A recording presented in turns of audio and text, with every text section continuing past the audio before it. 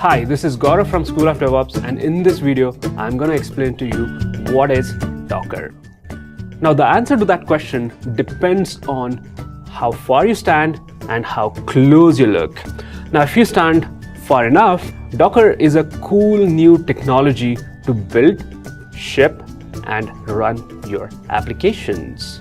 And it's bringing in the same kind of standardization that the real world shipping containers brought in. With shipping containers, you can take any kind of item, and as long as you can fit it into a container, you can ship it anywhere in the world, and it is handled in the very standardized way across the globe.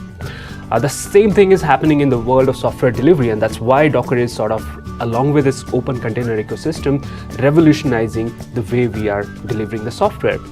With Docker, it is guaranteed that as long as you're able to package and fit in your application into a container image, that is a Docker image, it is guaranteed to work everywhere else the same way. It could be a QA environment, it could be staging, it could be a production environment, or it could be a customer site, right? So it helps you achieve that dev test parity. It brings in the standardization and clear contracts between the developers, the QA, and the operations guys.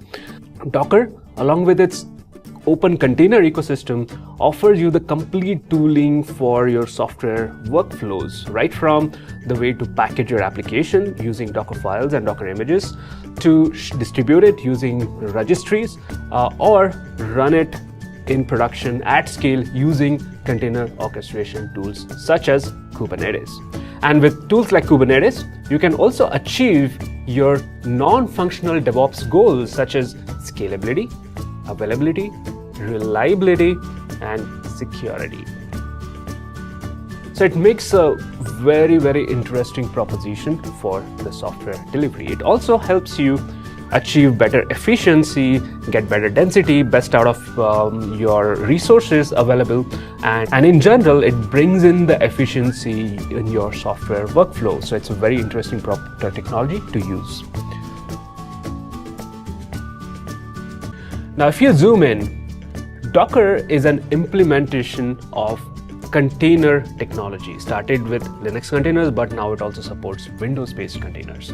And this whole container technology is a way to isolate and run your application along with its runtime in a isolated, contained environment, right? And that heavily depends on the kernel features, and it's the kernel which has features such as namespaces which allow you to create those isolated environment and separate its runtime context from one another. The other important feature is keeping tab on the resources used by each of these containers, and for that, kernel has another feature called as cgroups. Now, these are the two fundamental features of a kernel which allows us to run the virtual environments and isolate resources and control and manage the resources utilized by each of that container instance.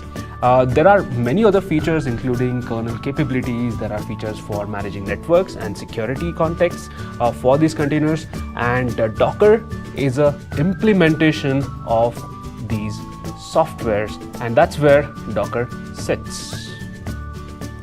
If you zoom in even further, Docker is made up of two different things. The most important being the Docker engine. This is also what you call as Docker. And Docker engine is the one which acts as a translator between us and the kernel. Now, talking to the kernel is a complex process because kernel is the one which manages all these and resources and uses these features.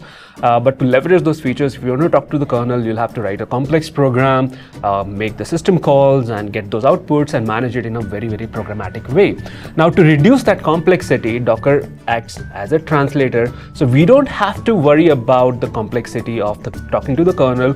We can just run simple commands such as docker run, start, stop, create, and it will translate that into something that the kernel understands, and that's at the core of this Docker software. That's the translator. There's another component that we call as Docker, and that's the Docker CLI.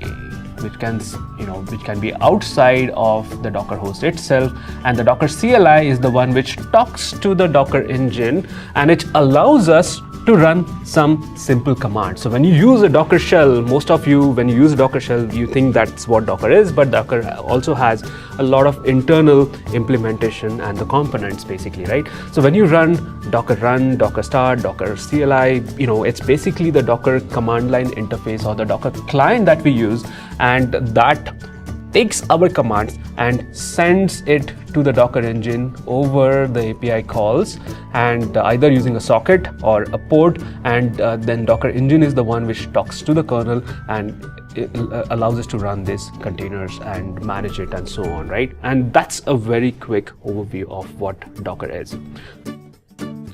If you like this content, do like, share, and subscribe to this channel. If you'd like to know more about Docker and how it really works, you could also join our free course linked below. And if you want to master Docker and learn in details, we also do have a detailed course for it. And if you want to join that, we have a special offer linked below as well. So all the best.